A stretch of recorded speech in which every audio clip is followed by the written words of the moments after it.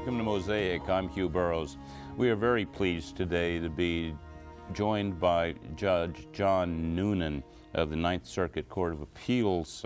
Before that, a professor for many years at Bolt Hall School of Law in Berkeley, where I got to know him. He's written a book that is of great interest, particularly to those of us who are Christian and Catholic. University of Notre Dame Press, a church that can and cannot change. Judge Noonan, welcome. Thank you, Good Hugh. to have you back on Mosaic, sir. Tell us again about the book. Let's start with the title, A Church That Can and Cannot Change. Well, obviously there's a paradox there that I want to explore. A lot of people are disturbed by the idea that moral teaching can change, and in fact has changed. And it's always fascinated me how much change has gone on in the actual moral teaching of the Catholic Church. And I had the chance at Notre Dame to give the Erasmus lectures and to explore that topic at some length. And this book shows substantial change in several important areas of morals, along with what cannot change. And it's that combination that is, I think, particularly instructive. What can't change in Catholic morals and what has changed. Why this book? What motivated you to take these things on? Well, I started years ago with a topic that I'd read about where change had occurred, and that was the rules of the Catholic Church on banking and lending.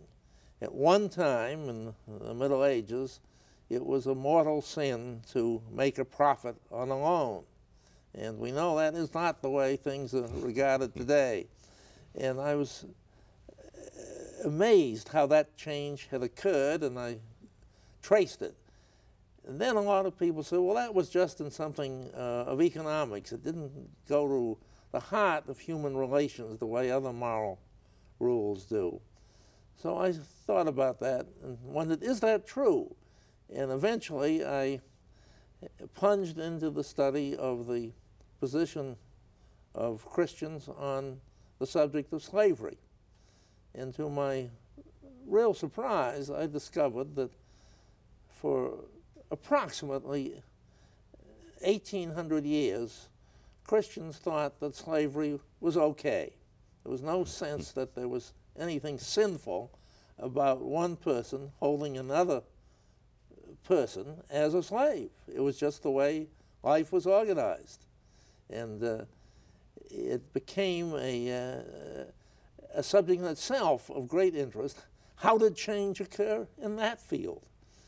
And so I went on to slavery, where fundamental human relations were involved, not just economics. And from there, I've gone on to marriage, and I'll go into that if you like in a minute. Sure. A Church That Can and Cannot Change. So it is a book about 4 subjects that are illustrative of how change happens. How change actually has happened. I don't pretend that there's any law of change. I just say, look at these subjects where very substantial change occurred and think about it.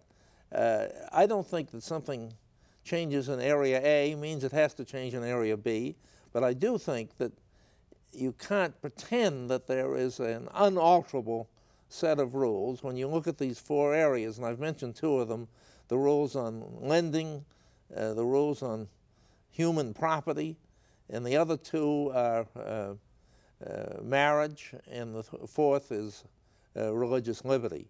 So when you see the, I'd say, enormous changes that have gone on in all 4 areas, you know that change is possible. At the same time, I would like to insist there are some things that can't change. And I would say that you can identify those unchanging principles as at least the teaching of the Lord Jesus, that you must love your neighbor as yourself, and you must love God with your whole mind and heart and soul. We're talking with Judge John Noonan about his new book, A Church That Can and Cannot Change, the University of Notre Dame Press. Privileged to have him with us. Stay with us. The next section, we'll keep going.